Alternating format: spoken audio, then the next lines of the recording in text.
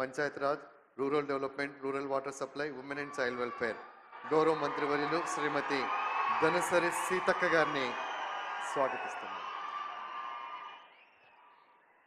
మండు టెండలను సైతం లెక్క చేయకుండా అశేషంగా తరలి వచ్చిన మా అక్క చెల్లెలకు, అన్న తమ్ముళ్లకు, పెద్దలకు, మరి మీ నియోజకవర్గ అభివృద్ధి ప్రదాత, మీ కష్ట సుఖాల్లో వెంట ఉన్నటువంటి పెద్దలు, గౌరవనీయులు, అనుభవజ్ఞులు, మాజీ మంత్రివర్యులు కడియం శ్రీహరి అన్న గారి పిలుపు మేరకు అశేషంగా తరలి వచ్చినందుకు మీ అందరికీ మరొకసారి పాదాభివందనాలు తెలియజేస్తా ఉన్నాను.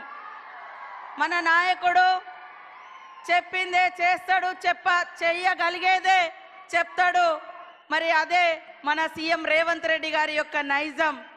ఆ నైజం మరి కష్టమున్నా, నష్టమున్నా, ఇబ్బందులున్నా మరి ఎదుర్కొని ఈ స్థాయికి వచ్చి మీ కష్ట సుఖాలలో భాగం పంచుకొని మిమ్మల్ని అభివృద్ధి పదంలో తీసుకురావాలన్నటువంటి ఏకైక లక్ష్యంతో పనిచేస్తూ ఈరోజు ఈ నియోజకవర్గానికి 800 కోట్లకు పైగా మరి నిధులు ఇచ్చినటువంటి మన మహానాయకుడు మన సీఎం గారికి స్వాగతం.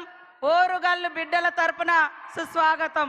మన ఇన్ఛార్జి మంత్రివర్యులు గౌరవనీయులు సోదరుడు మన పక్క జిల్లా పొంగులేటి సీనన్న గారికి హృదయపూర్వక స్వాగతం.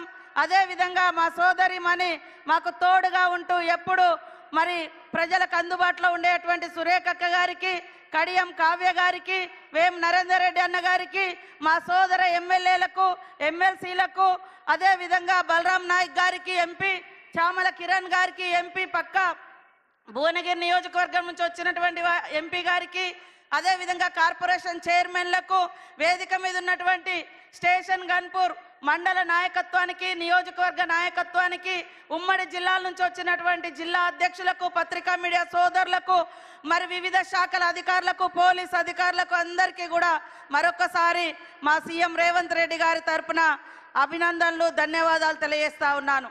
కాంగ్రెస్ అంటేనే సంక్షేమం, కాంగ్రెస్ అంటేనే అభివృద్ధి, కాంగ్రెస్ అంటేనే సామాజిక న్యాయం, కాంగ్రెస్ అంటేనే మహిళా నాయకత్వాన్ని, మహిళల్ని మరి అభివృద్ధిలోకి తీసుకురావడం, కాంగ్రెస్ అంటేనే ఉద్యోగ ఉపాధి కల్పించడం, కాంగ్రెస్ అంటేనే విద్యా అర్హతను పెంచడం, కాంగ్రెస్ అంటేనే పేదలకు గూడు గుడ్డ ఇవ్వడం. ఇవన్నింటినీ ఈరోజు పట్టుకొచ్చినటువంటి మన నాయకుడు మన సీఎం గారు రేవంత్ రెడ్డి గారని ఈ సందర్భంగా తెలియజేస్తా ఉన్నాను. నిన్నటిదాకా మనం తెలంగాణ వస్తే ఇంటింటికో ఉద్యోగం అని రంగుల ప్రపంచాన్ని చూపించినటువంటి బీఆర్ఎస్ 10 ఏళ్లలో ఎన్ని ఉద్యోగాలు వచ్చినాయంటే మొత్తం 84,000 ఉద్యోగాలు కూడా రాలే.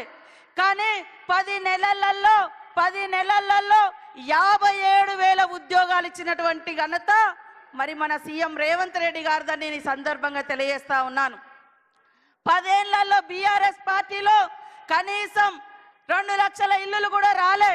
కానీ ఏకకాలంలో 4.5 లక్షలకు పైగా ఇల్లులకు మంజూరు ఇచ్చినటువంటి ఘనత సీఎం రేవంత్ రెడ్డి గారిది, ఆ శాఖను చూస్తున్నటువంటి పొంగులేటి సీనన్న గారిది అని కూడా ఈ సందర్భంగా తెలియజేస్తా ఉన్నాను.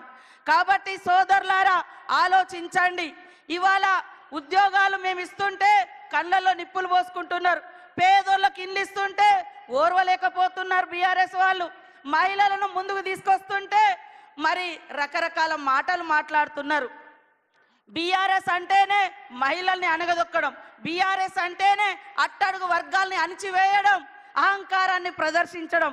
కాబట్టి ఇవాళ సామాజిక న్యాయం కాంగ్రెస్ తీసుకురావడం కోసమే 30 సంవత్సరాలుగా పెండింగ్లో ఉన్నటువంటి ఎస్సీ వర్గీకరణకు ఒక రూపం తీసుకొచ్చి మరి ఎస్సీ సోదరుల యొక్క మరి ఫలాలు అందరికీ చెందాలని వర్గీకరణ చేయడం జరిగింది. 100 ఏళ్ల తర్వాత బీసీ కులగన్న చేపడితే ఓర్వలేక బీజేపీ, బీఆర్ఎస్ అక్కసు వెళ్ళగక్కుతున్నాయి. కాబట్టి మీరు అర్థం చేసుకోవాలి. అదేవిధంగా మా అక్క చెల్లెళ్లకు దాదాపుగా 21,600 కోట్లకు పైగా ఈ సంవత్సర కాలంలో వడ్డీ లేకుండా రుణాలు ఇచ్చినాం. ఇవాళ బస్సు ఫ్రీ కాదు, బస్సును నడిపే అధికారం మీకు ఇచ్చినాం.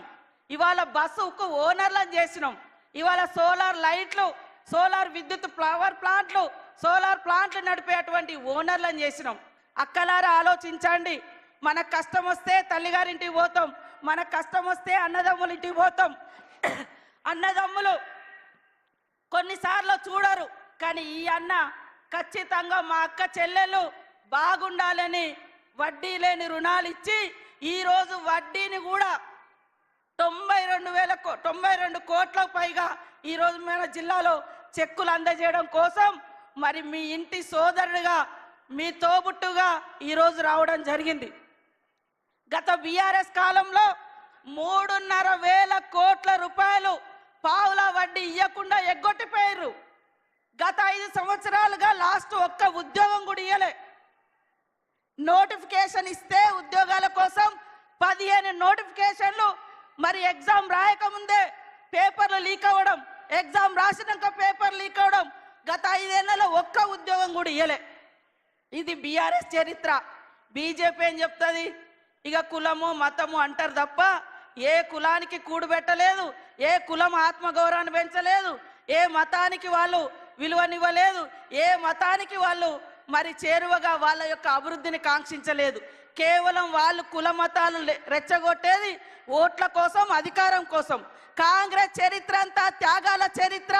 నాడు గాంధీ గారి కానుంచి రాజీవ్ గాంధీ వరకు ఈ దేశం కోసం ప్రాణాలు ఇచ్చిన చరిత్ర, గూడు లేనోళ్లకు గూడు కట్టించినటువంటి చరిత్ర ఇందిరమ్మ రాజ్యంది.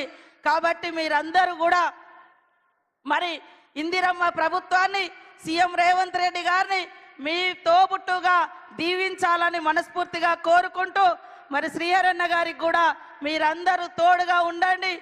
అభివృద్ధిలో అగ్రభాగం. మరి ఏనాడో ఉమ్మడి రాష్ట్రంలో కూడా అనేక నిధులు తీసుకొచ్చి మారుమూల పల్లెలలో ఇటు వస్తే గల్లీ గల్లీలో సీసీ రోడ్లు వేసినటువంటి ఘనత కూడా వారికే దక్కింది. అప్పుడు తర్వాత మళ్ళీ కాంగ్రెస్ ప్రభుత్వంలోనే ఇన్ని 100 కోట్లు తీసుకొచ్చి మీ అభివృద్ధికి పాటుపడతా ఉన్నాడు. కాబట్టి మీరందరూ కూడా దీవించాలని కోరుకుంటూ అందరికీ నమస్కారాలు, ధన్యవాదాలు. జై కాంగ్రెస్.